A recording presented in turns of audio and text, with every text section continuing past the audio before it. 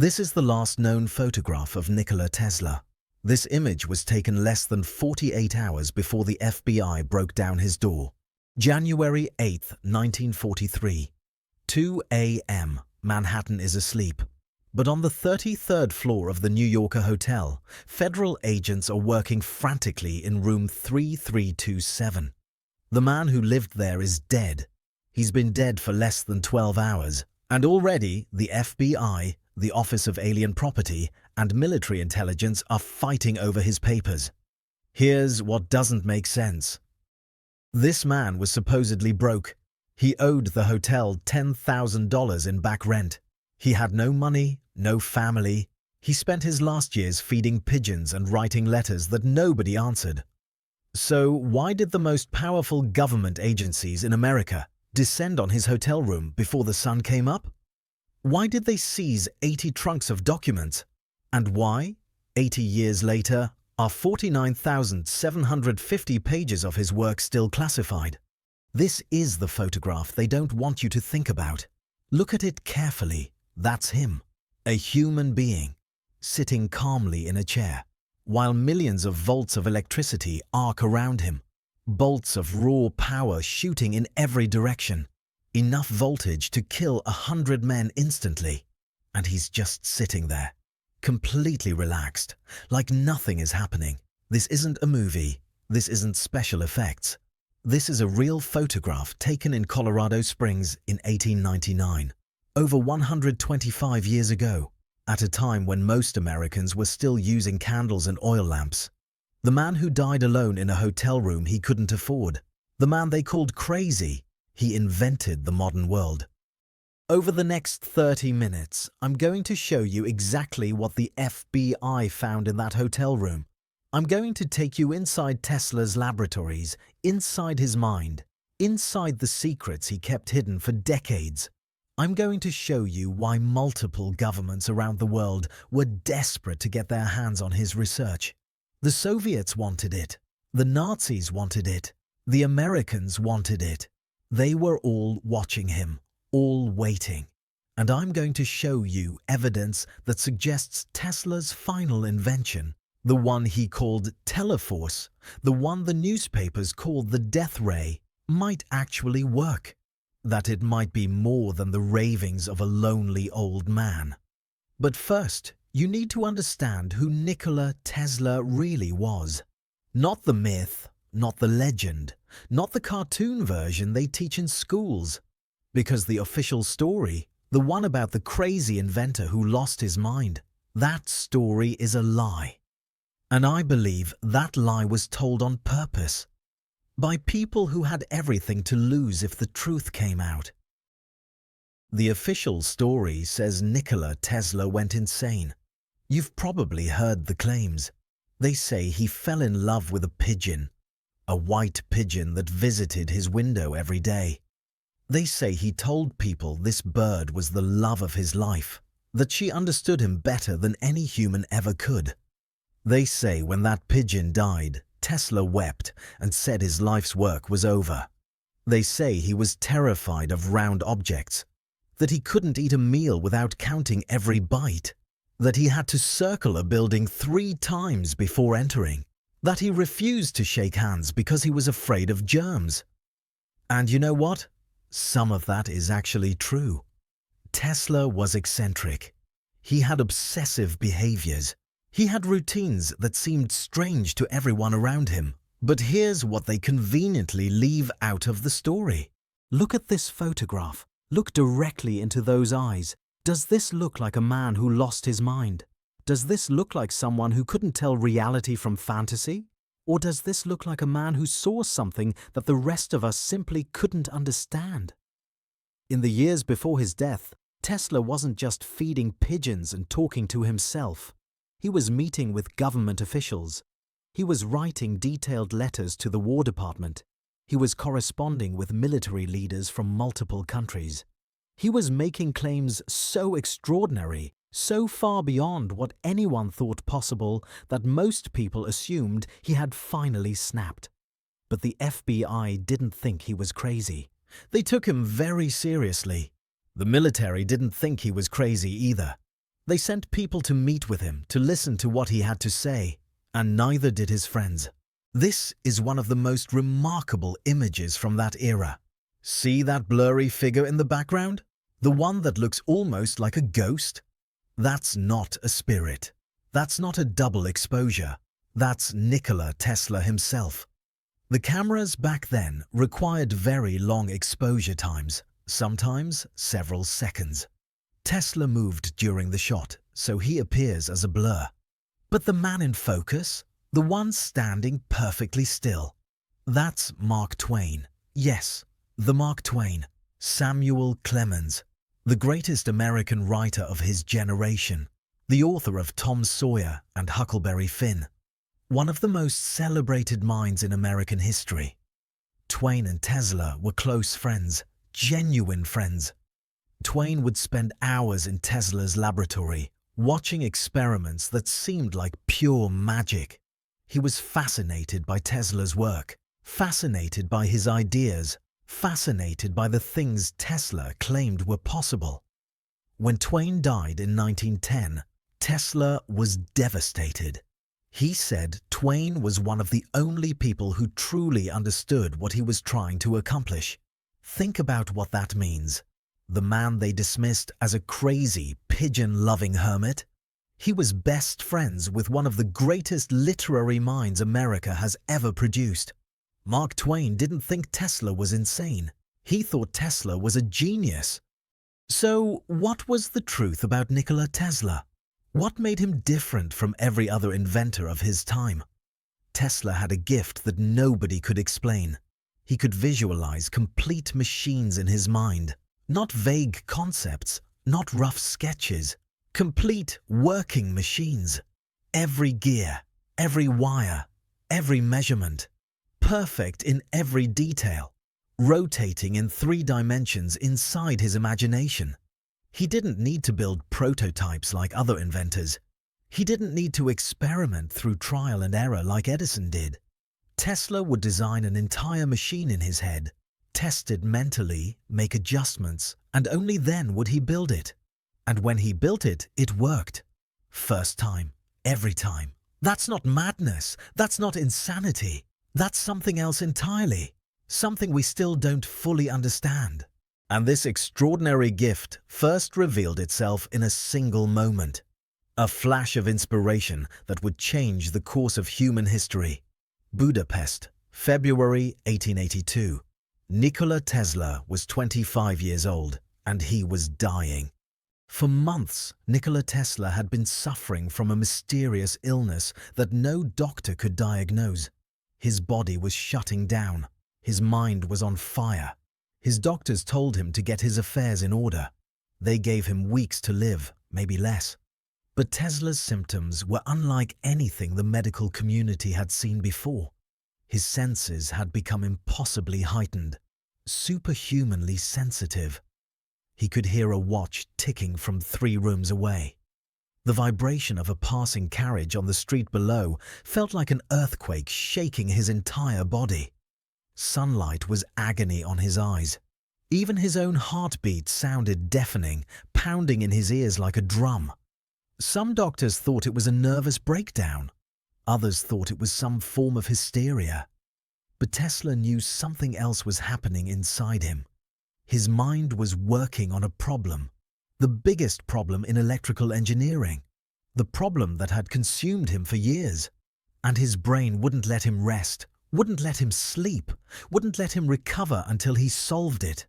The problem was this: the entire world ran on direct current, DC power. Thomas Edison had built his empire on it. His power stations were spreading across America. His name was synonymous with electricity itself. But direct current had a fatal flaw that nobody could fix. It couldn't travel more than a mile or 2 without losing most of its power. To electrify a city, you would need a power station on practically every single block. It was expensive. It was inefficient.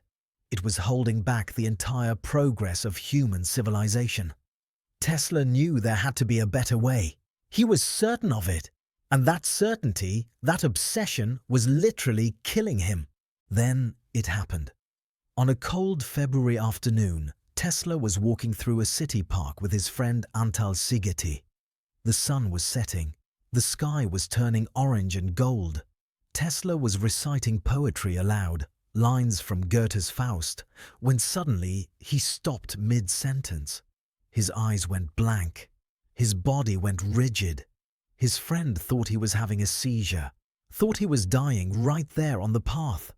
But Tesla wasn't dying. He was seeing. In his mind, a complete image appeared. Not a vague idea, not a rough concept. A fully formed working machine rotating in perfect clarity. He could see every component, every wire, every measurement, every detail. It was as if someone had placed a perfect blueprint directly into his brain. Tesla grabbed a stick from the ground and began drawing frantically in the dirt. His friend watched in confusion as diagram after diagram appeared. Tesla was talking rapidly, explaining each piece, each function, each principle. "Watch me," Tesla said. "Watch me. I will reverse it." In that single moment of inspiration, Nikola Tesla had invented the rotating magnetic field, the alternating current induction motor, the technology that would eventually power every factory, every home, every city on Earth. The technology you're using right now, this very second, to watch this video. Tesla didn't build his invention gradually over years of experimentation. He didn't stumble upon it by accident. He didn't work through thousands of failed attempts like other inventors.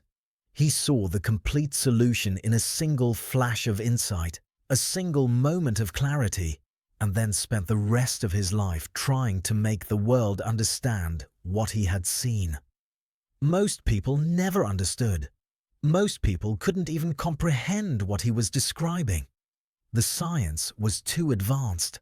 The concepts were too foreign. It was like trying to explain a smartphone to someone in the Middle Ages. But one man understood the threat Tesla posed. One man recognized that this young Serbian immigrant could destroy everything he had built. One man decided that Tesla had to be stopped, no matter the cost. His name was Thomas Edison, and he was about to become the most powerful enemy Nikola Tesla would ever face. June 6th, 1884, New York Harbor. A steamship from Europe pulls slowly into the dock. Hundreds of passengers line the rails, staring at the skyline of the new world.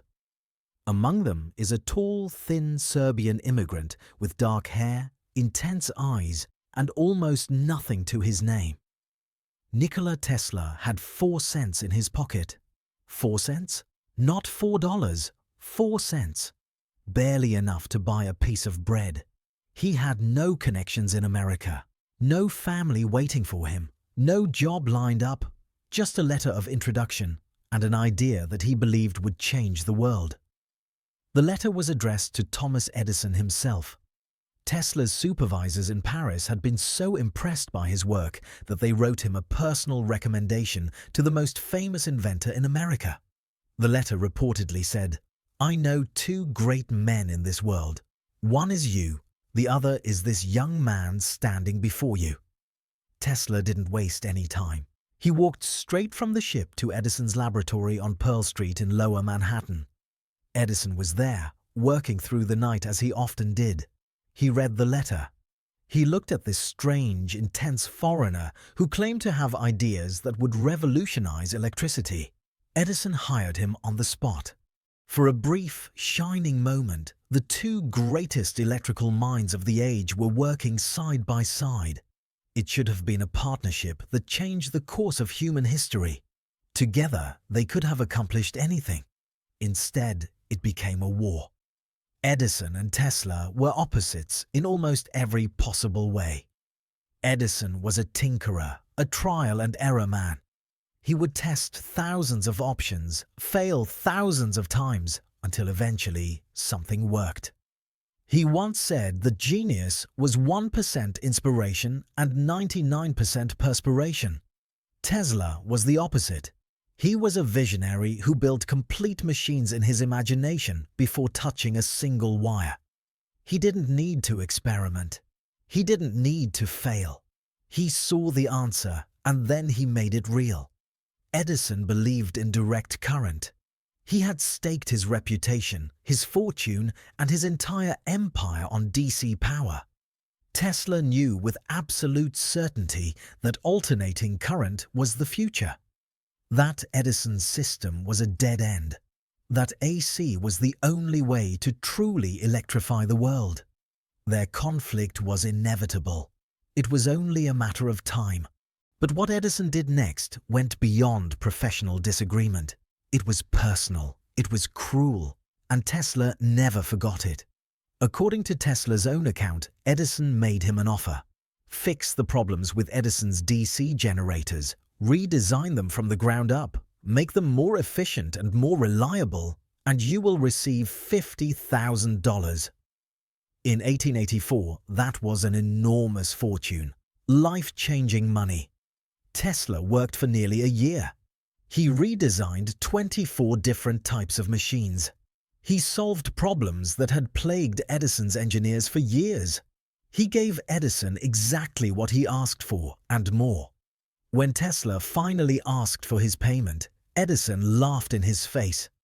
"Tesla," he said, "you don't understand our American humor." There was no $50,000. There never had been. It was a joke, a lie. Edison had used Tesla's genius, extracted everything he could, and paid him nothing. Tesla quit on the spot. He walked out of Edison's laboratory and never returned. What happened next is one of the most heartbreaking chapters in the history of science. For the next year, Nikola Tesla, the man who had just revolutionized electrical engineering, the man carrying blueprints in his head that would power the entire modern world, dug ditches in the streets of New York City for $2 a day. Manual labor, back-breaking work, standing in muddy trenches alongside immigrants who couldn't read or write.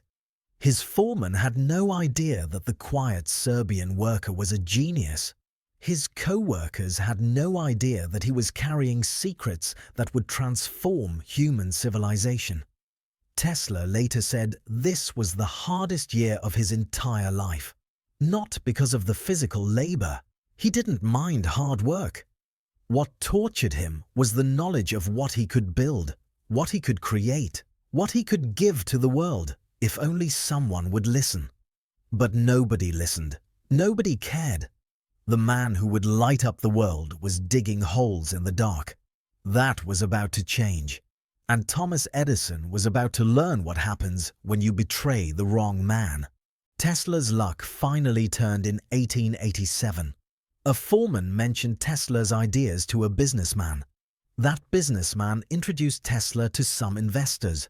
Those investors saw a demonstration of his AC motor and immediately understood what they were looking at. Within a year, George Westinghouse came calling. Westinghouse was Edison's biggest competitor, and he was looking for an edge. When he saw Tesla's alternating current system, he knew he had found it. Westinghouse understood immediately what Edison stubbornly refused to accept. Direct current was a dead end. Alternating current was the only technology that could truly power the modern world, and Nikola Tesla held all the patents. Westinghouse paid Tesla $60,000 for his patents, plus royalties on every unit of electricity generated. Those royalties would have eventually made Tesla one of the wealthiest men on the planet. Edison was furious. His entire empire was built on direct current. His power stations, his reputation, his legacy, all of it was suddenly under threat. If AC won, Edison would lose everything.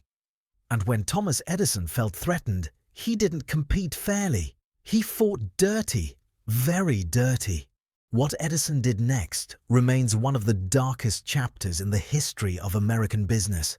He launched a campaign of terror designed to make the public associate alternating current with death. Edison's workers traveled across the country, staging public demonstrations. They would gather crowds in town squares and public parks. And then they would electrocute animals using alternating current. Dogs, cats, horses, anything they could get their hands on. They killed them in front of cheering crowds, using Tesla's technology, trying to prove that AC was too dangerous for homes and businesses. The most infamous incident came in 1903, when Edison's associates electrocuted an elephant named Topsy at Coney Island. They filmed the entire thing and distributed the footage as propaganda against alternating current.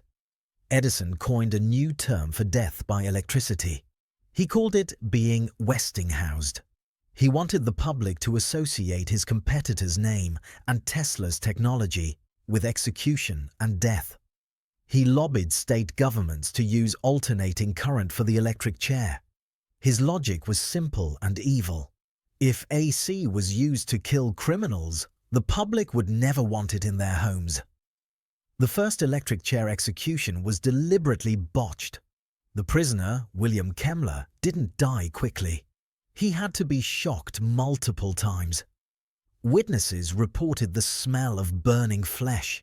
Newspapers called it cruel and unusual punishment. Edison pointed to this horror as proof that AC was barbaric and dangerous.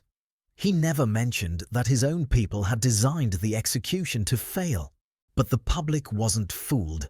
Engineers weren't fooled. Scientists weren't fooled. And in 1893, the world got to see the truth for themselves. The World's Columbian Exposition in Chicago announced that it would be illuminated by Westinghouse, using Nikola Tesla's alternating current system. It was the largest public demonstration of electric power in human history.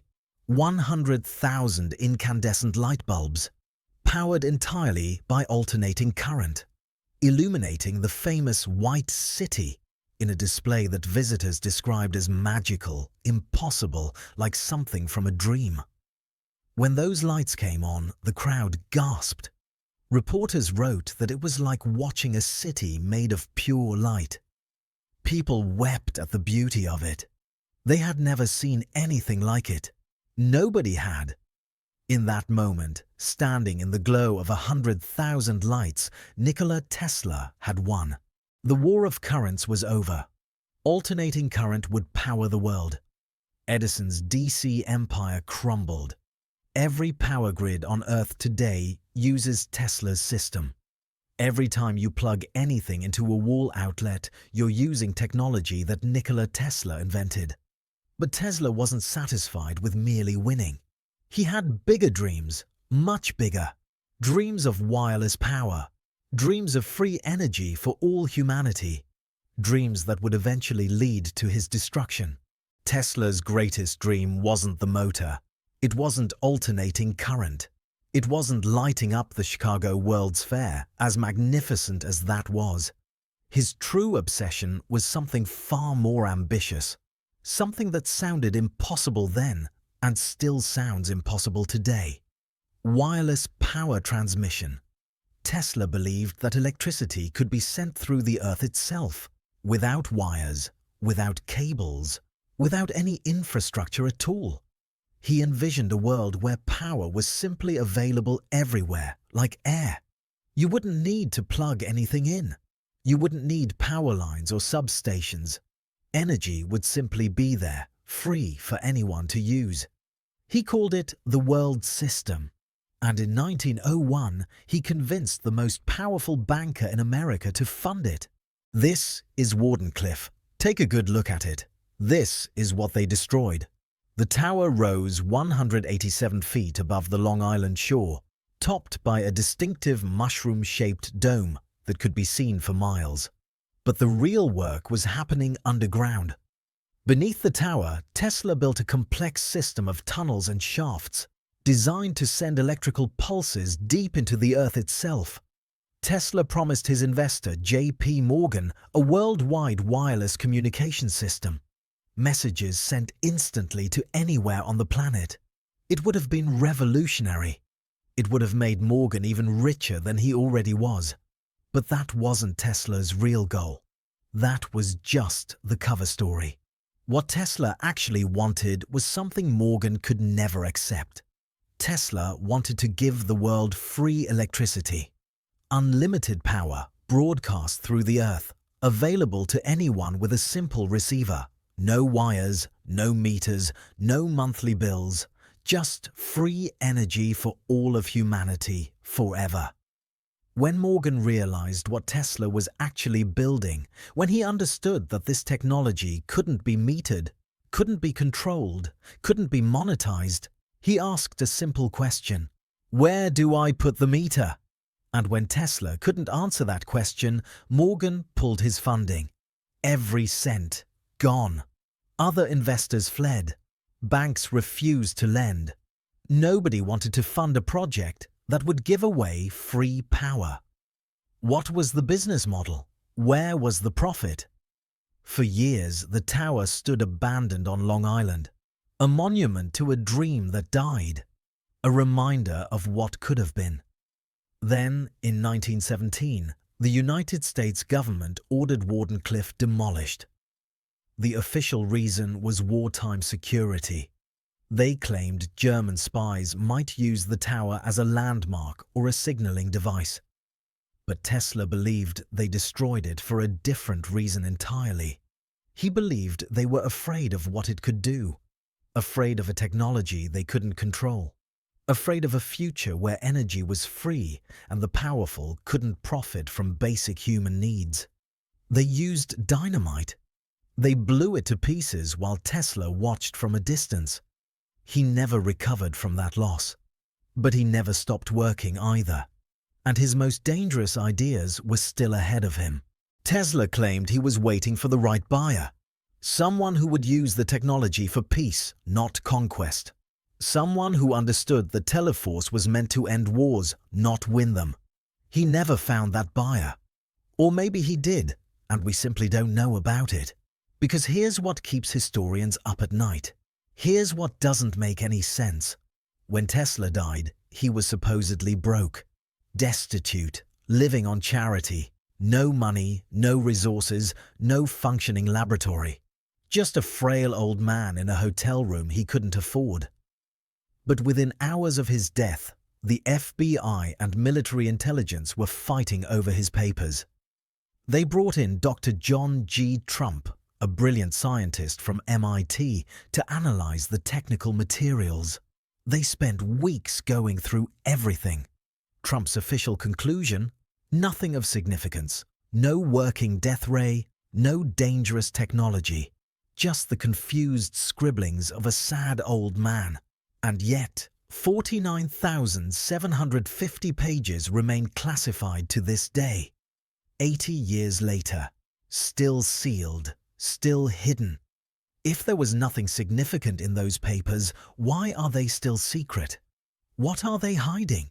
By 1943, Nikola Tesla was 86 years old. He lived alone in room 3327 of the New Yorker Hotel, a luxury establishment that let him stay even though he couldn't pay his bills. He was a living legend, even if most people had forgotten exactly why. His days followed a simple routine. He would wake late in the morning. He would work on his papers, writing and drawing and calculating. And every afternoon, he would walk to Bryant Park to feed the pigeons. He had a favorite, a white pigeon with gray-tipped wings. Tesla said this bird understood him better than any human ever had. He said she had eyes that glowed with intelligence, with recognition, with something almost like love. When that pigeon died, Tesla told his few remaining friends that he knew his work was finished. A light had gone out. Something essential had left the world. He rarely left his room after that. The night of January 7th, 1943 was bitterly cold. Snow had been falling on Manhattan for 3 days. The city was blanketed in white. Nikola Tesla hung the Do Not Disturb sign on his door. He told the hotel staff not to bother him under any circumstances. This wasn't unusual. He often worked for days without interruption, but this time was different. At 10:45 p.m. on January 8th, a maid named Alice Monaghan decided to check on the elderly guest anyway. She had a feeling something was wrong. She couldn't explain it, she just knew. She used her master key and opened the door. Nikola Tesla lay on the bed, fully clothed in his suit. His hands were folded peacefully on his chest. His eyes were closed. He was 86 years old. He had died alone, sometime during the previous night, in a hotel room he couldn't afford. The man who invented the modern world, the man who gave humanity the power to light up the darkness, had slipped away in silence, with nobody to hold his hand, nobody to say goodbye.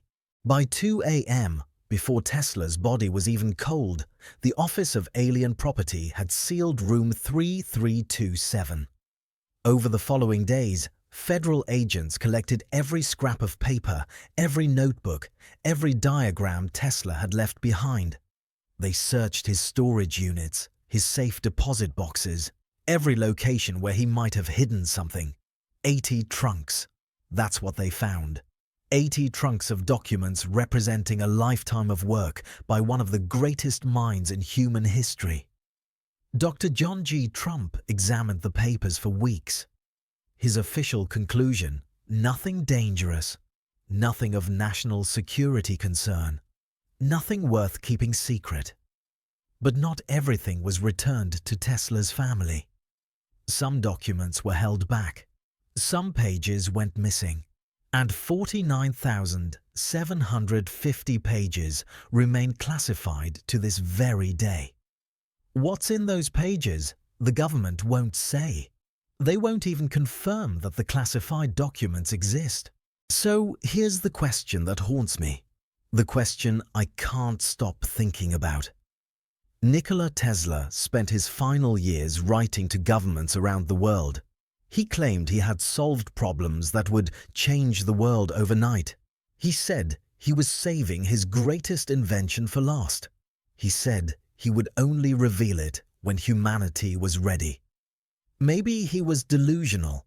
Maybe decades of isolation and disappointment had finally broken his brilliant mind.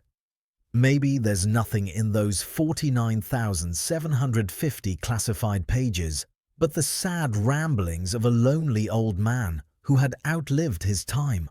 Or maybe the FBI found exactly what they were looking for, that cold night in room 3327. Maybe Nikola Tesla really did invent something that powerful, something that dangerous, something that could change everything, and maybe, just maybe, was still not ready to know what it is. Nikola Tesla died on January 7th, 1943. The man who lit up the world died alone in the darkness, forgotten by the society he had transformed. But he left us everything. Every light you see outside your window tonight, that's Tesla. Every motor that powers every machine in the world, that's Tesla. Every power line, every transformer, every electrical outlet in every building on Earth. All of it traces back to one man and one moment of inspiration in a Budapest park. The man they called crazy gave us the modern world. And somewhere, in a government vault, 49,750 pages of his final work are still waiting to be read. What did Nikola Tesla know? What did he build? What are they still hiding? The answers are out there, locked away, classified, waiting.